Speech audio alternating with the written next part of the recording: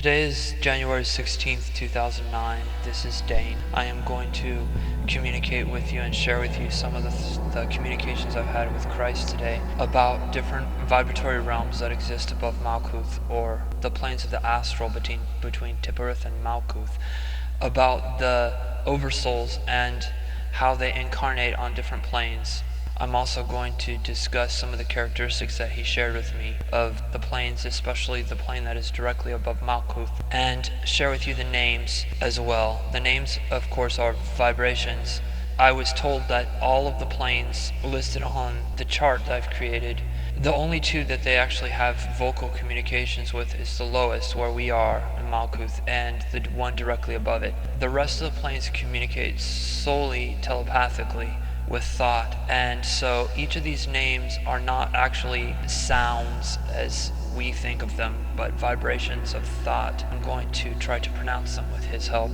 Also, I wanted to talk about the resurrection because I had discussed a little bit about that and asked some questions about what was the nature of the resurrection, and anything that I receive I will share with you. There are 12 planes altogether that extend on the Tree of Life. The top plane would actually be what you'd consider to be the region of Tipperith, and the bottom would be Malkuth, and all of these planes extend in vibrations between those two glyphs. On the top vibratory plane, I was told it's pronounced no, and this is the realm of Astral in which souls and angel souls had all become self-aware 321 billion years ago. This is also the plane of vibration where the oversouls reside, the angels and the oversoul angels of those who incarnate on lower planes, their offspring on lower planes. One of the first questions I asked Christ was if the plane that we are on, Malkuth, if that is what they call it, and he said no, so I'm going to share with you that name. The densest incarnation plane of Malkuth they pronounce Kageken.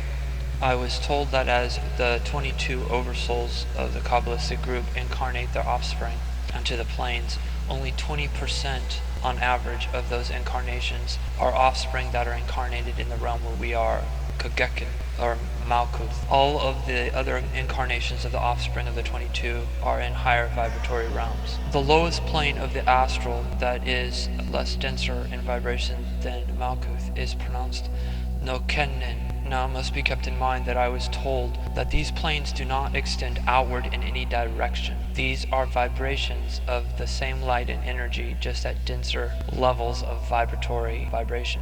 So, Nokennen exists simultaneously with Malkuth, the plane that we're on right now. It is just beyond our spectrum of awareness. All of the planes above where we are in Malkuth are beyond the spectrum of our awareness and our five senses. They commingle with our planes at just different densities of vibratory light. I was told that at this plane, this is where at least half of all of the incarnations of the 22 oversouls are born. Over the past 6 months, I've learned a lot about this astral plane. I've talked with several beings that had resided there. One was called herself Daed, D-A-E-D, and Daed has black hair, a young lady. She is a religious figure or leader of this realm, Nokennen, and her name is derived also from David, or King David. She is called Daed. I also was in communication with another person from this realm who called himself Aaron, and I was told a lot of things. This is a realm that I had imagined when they described it to me that it was heaven.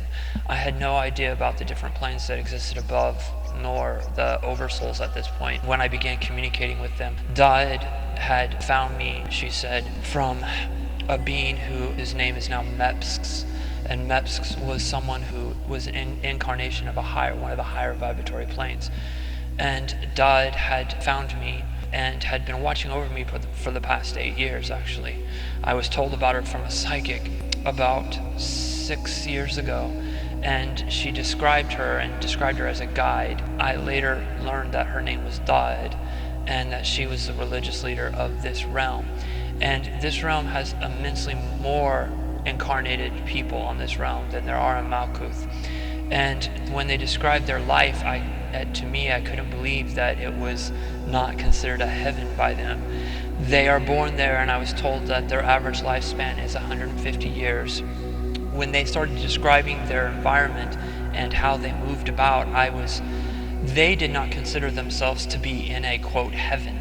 They thought they were in a physical realm, and these beings are born there. They do perceive Malkuth and the beings in the denser vibration where we reside, and they are taught that this is actually a hell. That surprised me too. They had told me that I was in a hell, and I told them that I hadn't done anything wrong. I was just born here, and they said that was why I was born here, evidently, which is not the case.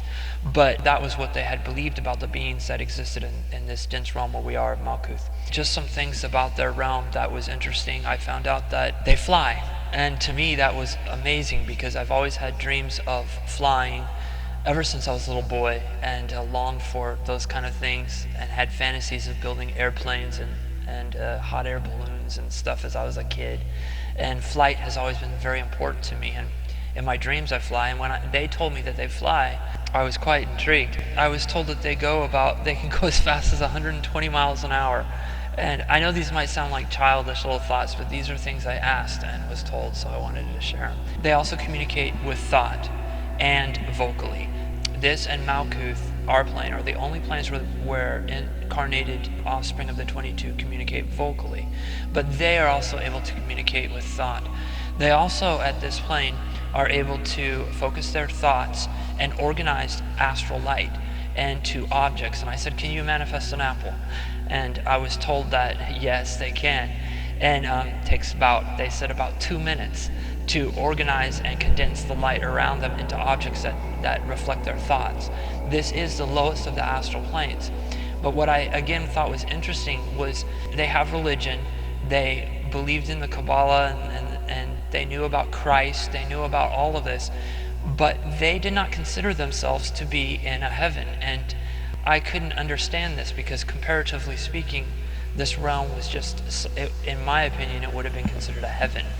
But when I talked especially with the friend I had there, whose name is Aaron, he was not very happy there. And I couldn't imagine anybody not being happy there, but they evidently are born in this realm, take it for granted, live about 150 years. Their bodies live longer than ours. They sleep less than ours. I don't know exactly. I think one time they had told me about 5 hours or so. They sleep 4 to 5 hours. There is no nighttime as we think of it. Their night in their realm of this vibration is, I was told today by Christ when I asked about it, is as bright as our daytime. And that's their night. And I later found out that the reason this is because the stars that we perceive at night in a black sky as tiny dots in this subtler realm actually shine as bright as miniature suns. I then tried to comprehend, well, how bright is the day for them? And it's so bright that I knew that I could not even take it in. If their nighttime in this vibration on Earth is as bright as our day, I could not understand how possibly bright their daytime could be. Now, one thing you have to understand about my personality is I'm very much a child at heart, and when I communicate with these beings, I ask childlike questions about night, day, how do you move? These things fascinated me, so I wanted to share them with you. I was told that the other 30% of offspring that are begotten of the 22 oversouls are born into the higher realms of the astral. As these realms lessen in their density and increase in their vibration, the lifespan of these beings on these planes, these entities that are, I guess, our brothers and sisters of these oversouls, their lifespan increases. And I was also told that all of the life forms, the plants, the animals, and even the human expression, they all existed in the vibratory realm of No before they were later created below in the lesser planes. And that as you increase in the vibration, the plants, the animals, and the humans that are born into these different planes, their life expectancy and their lifetimes are increased dramatically. As I said, in No Kinin, they live approximately 150 years on this realm as compared to 75 or 80 years here in Malkuth. I did not ask too many questions about the planes that were above No Kinin, but I will share with you the vibratory names, and I was told that this will be of use to somebody out there. No Kinin is the 11th plane directly above Malkuth. Pei is the 10th plane.